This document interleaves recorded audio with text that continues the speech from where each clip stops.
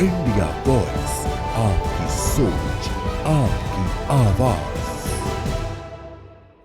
नमस्कार, खबर India voice में आप सभी का स्वागत है। मैं हूं आपके साथ प्रज्ञा मिश्रा। बुलेटिन की शुरुआत करेंगे बड़ी और अहम खबर के साथ। तो सबसे पहले बात कर लेते हैं, भारतीय रेलवे के इतिहास में आज एक नया अध्याय जुड़ गया है। आपको बता दें, प्रधानमंत्री नरेंद्र मोदी ने देश की पहली वंदे भारत स्लीपर ट्रेन को हरी झंडी दिखा दी है। यह अत्याधुनिक ट्रेन हावड़ा से गुवाहाटी यानी कामाख्या के बीच चलेगी, जिसमें लंबी दूरी की रेल यात्रा का अनुभव पूरी तरह से बदल जाएगा। 180 किलोमीटर प्रति घंटे की रफ्तार से दौड़ने वाली इस ट्रेन में स्लीपर बर्थ, आधुनिक सुरक्षा प्रणाली, आरामदायक सीटें, स्मार्ट टेक्नोलॉजी से लैस सभी सुविधाएं दी गई है।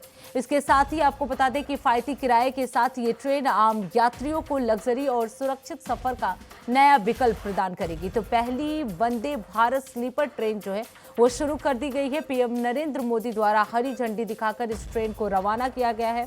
हावड़ा से गुवाहाटी तक ये ट्रेन जो है वो चलेगी। तेज रफ्तार, लग्जरी सुविधाओं से लैस ये पूरी वंदे भारत स्लीपर ट्रेन जो है वो बताई जा रही है। पीएम मोदी ने ट्रेन को हरी झंडी दिखा दी है। हावड़ा गुवाहाटी के बीच ये वंदे भारत जो है वो ट्रेन चलेगी। लंबी दूरी के सफर में एक नया अनुभव मिलेगा। इसके साथ ही आपको बता दें, 180 किलोमीटर की रफ्तार से ये ट्रेन जो है वो चलेगी। स्लीपर ट्रेन में स्लीपर बर्थ से लैस आधुनिक कोच होंगे। स्मार्ट टेक्नोलॉजी और बेहतर सुरक्षा व्यवस्था के साथ ही किफायती किराए भी इस यात्रा में देखने को मिलेंगे। लग्जरी रेल यात्रा की शुरुआत जो है प्रधानमंत्री नरेंद्र मोदी की तरफ से कर दी गई है। तो आपको बता दें, तेज रफ्तार और लग्जरी सुविधाएं जो है इसमें होंगी। तो वंदे भारत स्लीपर ट्रेन की सौगात जो है पीएम मोदी ने देशवासियों को दी है। पहली वंदे भारत स्लीपर ट्रेन जो है वो शुरू हो गई है। हरी झंडी दिखाकर प्रधानमंत्री नरेंद्र मोदी ने इस ट्रेन को रवाना किया।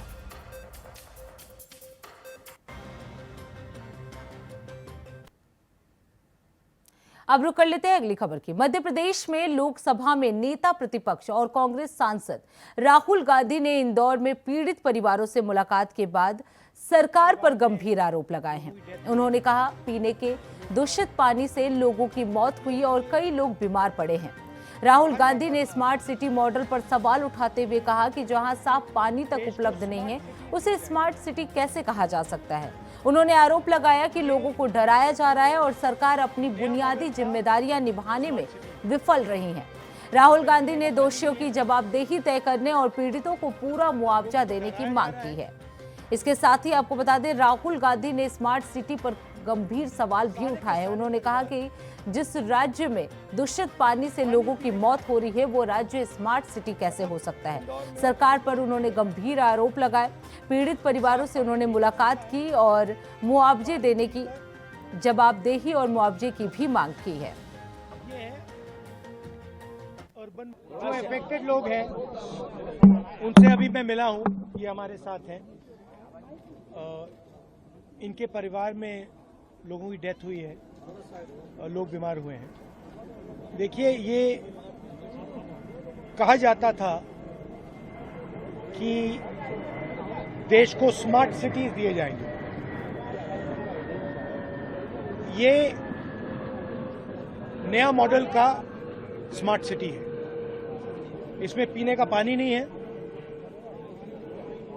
लोगों को डराया जा रहा है। सारे के सारे परिवार पानी पीने के बाद, मतलब इंदौर में साफ पानी नहीं मिल सकता है। पानी पीकर लोग मरते हैं। ये है अर्बन मॉडल, और ये सिर्फ इंदौर में नहीं है, ये अलग अलग शहरों में यही हो रहा है। जो सरकार की जिम्मेदारी है, साफ पानी, कम पोल्यूशन, ये सब जिम्मेदारी सरकार नहीं निभा रही है। और यहां पे जिन लोगों ने ये करवाया है, कोई तो जिम्मेदार होगा, सरकार में कोई तो जिम्मेदार होगा जिसने यहां पे मतलब ये काम करवाया है।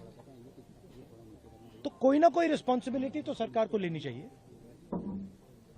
और इनको जो कॉम्पनसेशन मिलना है, जो इन्होंने इलाज करवाया है, जो सरकार की लापरवाही से हुआ है, तो उसके लिए कॉम्पनसेशन, इनकी मदद तो पूरी करनी चाहिए। अब रुक कर लेते हैं अगली खबर की। उत्तर प्रदेश के रामपुर से एक बेहद शर्मनाक और चौंकाने वाला मामला सामने आया है, जहां एक ट्यूशन सेंटर में पढ़ने गई कक्षा 9 की नाबालिग छात्रा के साथ उसके शिक्षक ने ही भरोसा तोड़ दिया। पढ़ाने के नाम पर छात्रा को बंद कमरे में बुलाकर जो हुआ, उसने पूरे इलाके को हिलाकर रख दिया है। जानकारी के मुताबिक पीड़ित छात्रा रोज की तरह ट्यूशन पढ़ने गई थी। आरोप है कि ट्यूशन संचालक ने उसे अलग कमरे में बुलाया, दरवाजा बंद किया और गलत नीयत से छेड़छाड़ करने लगा। किसी तरह छात्रा वहां से निकलकर घर पहुंची और पूरी घटना परिजनों को बताई। परिजनों की शिकायत पर कोतवाली सिविल लाइंस पुलिस ने तत्काल मामला दर्ज किया है। पुलिस ने आरोपी अध्यापक को गिरफ्तार कर लिया है। छात्रा का बयान दर्ज किया जा रहा है और मेडिकल और काउंसलिंग की प्रक्रिया भी कराई जा रही है। इस मामले में पॉक्सो और SC/ST एक्ट के तहत मुकदमा दर्ज कर लिया गया है।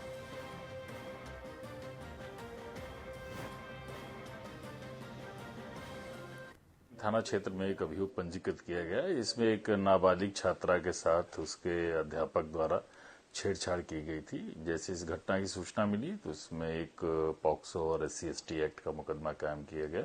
इसमें अध्यापक को अभिरक्षा में ले लिया गया है और बाकी शेष विवेचनात्मक कार्रवाई की जा रही है।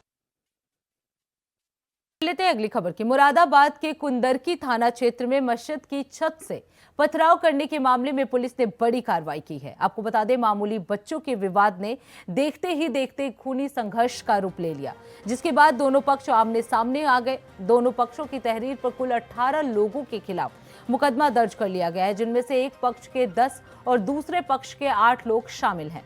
पुलिस ने त्वरित कार्रवाई करते हुए मारपीट में शामिल 7 अभियुक्तों को गिरफ्तार कर जेल भेज दिया है। वहीं SP देहात कुंवर आकाश सिंह ने पूरे मामले की जानकारी दी और शांति बनाए रखने की अपील की है। ये देखिए, ये कुंदरकी थाना क्षेत्र के भीकनपुर कुलवाड़ा गांव में ये दो पक्षों के बीच में बच्चों को लेकर के जो पहले कहासुनी हुई एवं वो बढ़ते बढ़ते जो है दोनों पक्षों में पत्थरबाजी हुई। इसका एक वीडियो भी सोशल मीडिया पे वायरल हो रहा है। फिलहाल इनमें दोनों पक्षों में हमने तहरीर प्राप्त करके दोनों तरफ से FIR पंजीकृत करा ली गई है। एक पक्ष से 10 लोगों के खिलाफ एवं दूसरे पक्ष से 8 लोगों के खिलाफ में ये तहरीर प्राप्त हुई है, जिसमें FIR करा दिया गया है। 6 लोगों को इसमें चालान भी कर दिया गया है। इसमें 6 लोगों का साक्ष्य संकलन की कार्रवाई की जाए तथा आगे की विधिक कार्रवाई इसमें प्रचलित है। तो फिलहाल रुकते एक छोटे से ब्रेक के लिए। ब्रेक के बाद जल्द लौटेंगे। देखते रहिए इंडिया वॉइस। तो ब्रेक के बाद एक बार फिर आप सभी का स्वागत है। रुक कर लेते हैं खबरों की ओर। मुरादाबाद के कटघर थाना क्षेत्र में दर्दनाक हादसे में विद्युत विभाग के संविदा कर्मचारी की मौत हो गई। आपको बता दें, पीतल बस्ती बिजली घर में तैनात रवि बलदेवपुरी इलाके में बिजली लाइनों के पास पेड़ों की छटाई का काम कर रहा था। इसी दौरान संतुलन बिगड़ने से वो हाई टेंशन लाइन की चपेट में आ गया और बुरी तरह से झुलस गया। मौके पर मौजूद लोगों ने पुलिस की मदद से उसे निजी अस्पताल पहुंचाया, जहां डॉक्टरों ने उसे मृत घोषित कर दिया। घटना के बाद परिवार में कोहराम मच गया है। स्थानीय लोगों ने बिना शटडाउन काम कराने पर बिजली विभाग की लापरवाही का आरोप लगाया। पुलिस मामले की जांच में जुट चुकी है। हाई टेंशन लाइन से विद्युत कर्मी जो है वो झुलस गया। वीडियो तेजी से वायरल हो रहा है।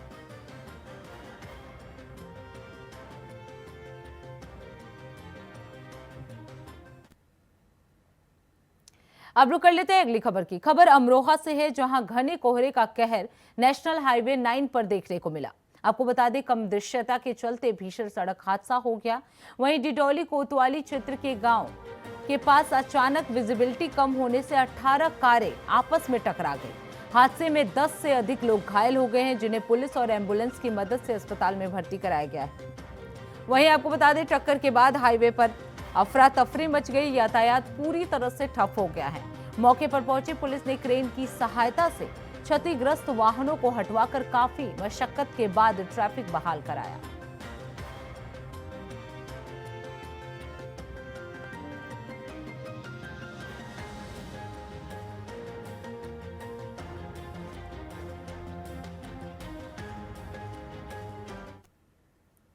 अब रुक कर लेते हैं अगली खबर की। खबर कौशांबी से है, जहां जमीनी विवाद को लेकर सनसनीखेज वारदात सामने आई है। आपको बता दें, एक चाचा ने ही अपने 2 सगे भतीजों पर फायरिंग कर दी। गोली लगने से दोनों भाई गंभीर रूप से घायल हो गए हैं, जिन्हें नाजुक हालत में प्रयागराज रेफर कर दिया गया है। जानकारी के मुताबिक पहले दबंगों ने एक भाई के साथ जमकर मारपीट की। जब उसे बचाने दूसरा भाई मौके पर पहुंचा तो दबंगों ने उसे भी बेरहमी से पीटा। इसके बाद आरोपियों ने फायरिंग कर दी, जिसमें शिव कुमार और आशीष यादव को गोलियां लगी हैं। सूचना पर एएसपी सहित भारी पुलिस बल मौके पर पहुंची और जांच पड़ताल में जुट चुकी है। आरोप है कि पुलिस के पूर्व में की गई एक तरफा अनदेखी के चलते ये खूनी संघर्ष हुआ।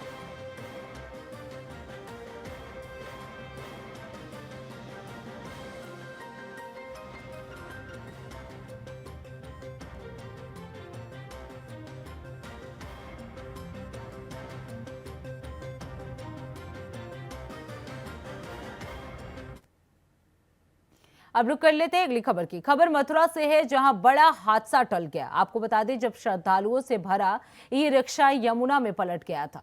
आपको बता दें, ई रिक्शा में 4 श्रद्धालु और उनके बीच 3 बच्चे सवार थे। नाविकों और स्थानीय लोगों की मदद से सभी को सुरक्षित बाहर निकाल लिया गया है। हादसे में सवार श्रद्धालु घायल हो गए हैं। वहीं प्रारंभिक जानकारी के अनुसार ई रिक्शा में अधिक संख्या में सवारियां होने और घाट पर फिसलन के कारण यह दुर्घटना हुई। घायल श्रद्धालुओं को प्राथमिक उपचार के लिए निजी अस्पताल में भर्ती कराया गया है। वहीं पुलिस बचाव दल ने घटना को गंभीरता से लिया और कार्रवाई की।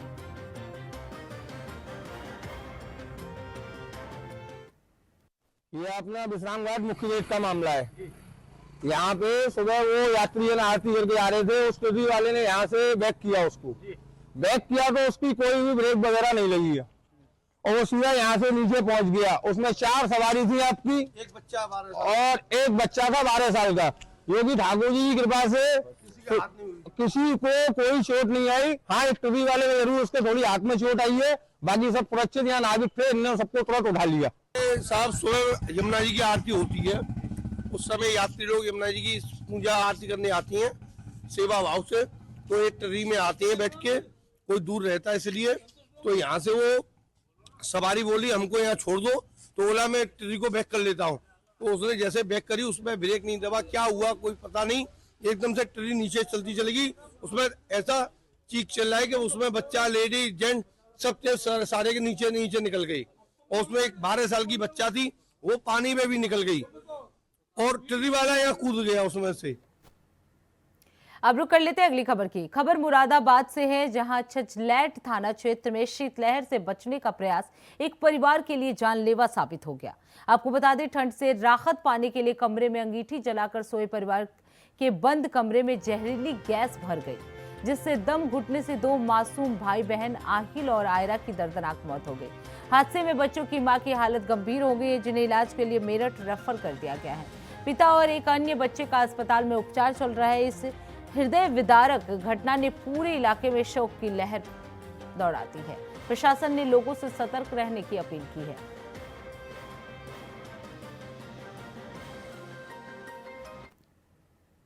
अब रुक कर लेते हैं अगली खबर की। खबर कौशाम्बी से है, जहां प्रशासन माघ मेला 2026 और मौनी अमावस्या स्नान पर्व को शांतिपूर्ण और सुरक्षित ढंग से संपन्न कराने के लिए अलर्ट मोड पर है। प्रयागराज जोन के एडीजी ज्योति नारायण ने कौशाम्बी डीएम अमित पाल शर्मा और एसपी राजेश कुमार के साथ NH2 स्थित डायवर्जन पॉइंट का स्थलीय निरीक्षण किया। निरीक्षण में यातायात व्यवस्था, श्रद्धालुओं की सुरक्षा और अव्यवस्था से निपटने के लिए दिशा निर्देश दिए गए। मौनी अमावस्या के अवसर पर कौशाम्बी मार्ग से लाखों श्रद्धालुओं के प्रयागराज पहुंचने की भी संभावना बताई जा रही है। इसके लिए ट्रैफिक डायवर्जन, सुरक्षा और निगरानी प्रबंध को और मजबूत किया जा रहा है। तो कौशाम्बी में प्रशासन अलर्ट मोड पर नजर आ रही है।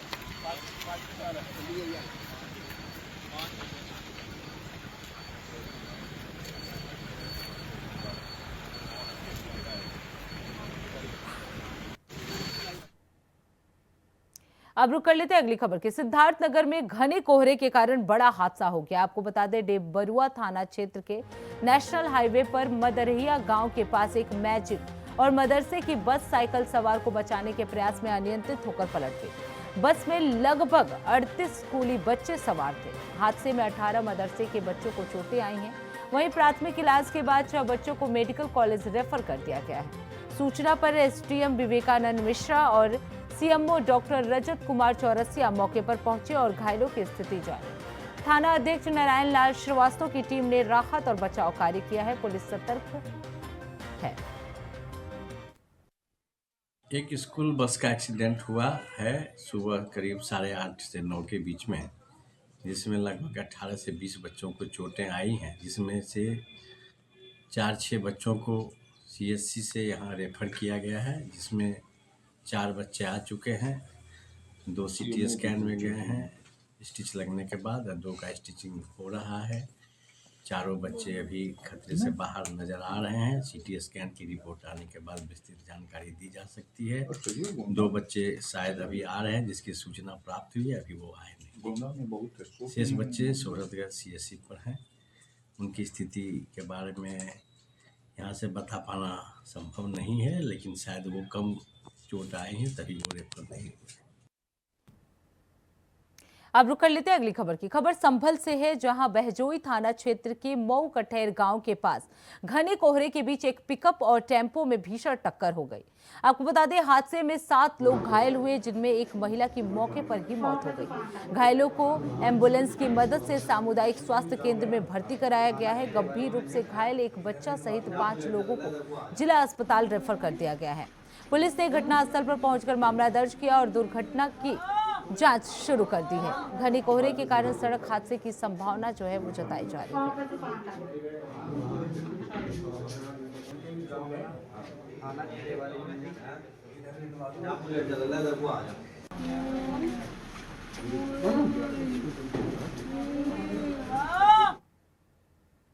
तो इसी के साथ इस बुलेटिन में बस इतना ही। देश दुनिया की तमाम बड़ी खबरों के लिए देखते रहिए इंडिया वॉइस। तब तक के लिए नमस्कार।